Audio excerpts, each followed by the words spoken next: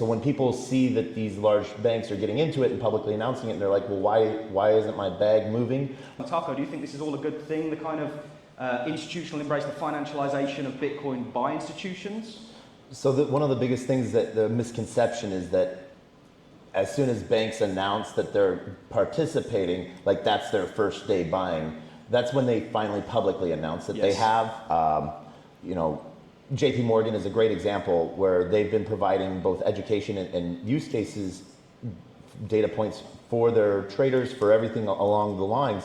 But there was a point when JP Morgan was building 7 different chains at once. Correct. Because they didn't know how regulations were going to go under the last US administration. So it's not that these banks and institutions are just now getting into it. Now they're just publicly doing it. So when people see that these large banks are getting into it and publicly announcing it, and they're like, well, why isn't my bag moving? Why isn't price, going sky high? It's because they're already involved, and have been for years. So these people aren't dumb, So we've seen a big push now, though, with different financial instruments, which can be a little bit worrisome in some regards, as we've seen before financial instruments that are amazing get mixed in with toxic debt. And unfortunately, that's sort of where we're coming back to that, where this entire ecosystem that we're part of, that we're building, or that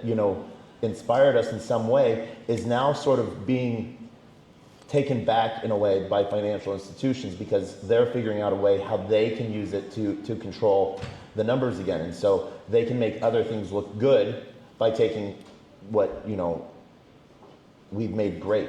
And that's from everyone in every ecosystem, not just Bitcoin.